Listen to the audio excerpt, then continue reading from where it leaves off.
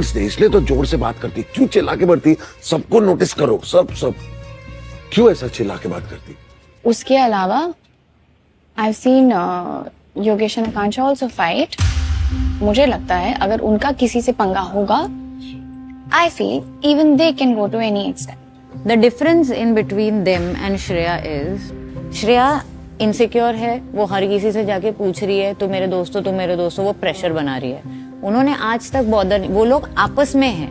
And I know जहाँ पे respect की बात आती है ना, उनको बराबर पता है कि किस बंदे को कितना रिस्पेक्ट देना है.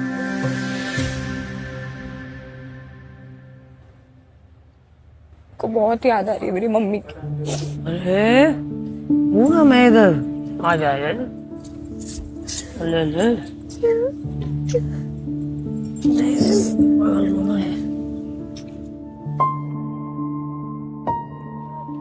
घर की याद आ रही है.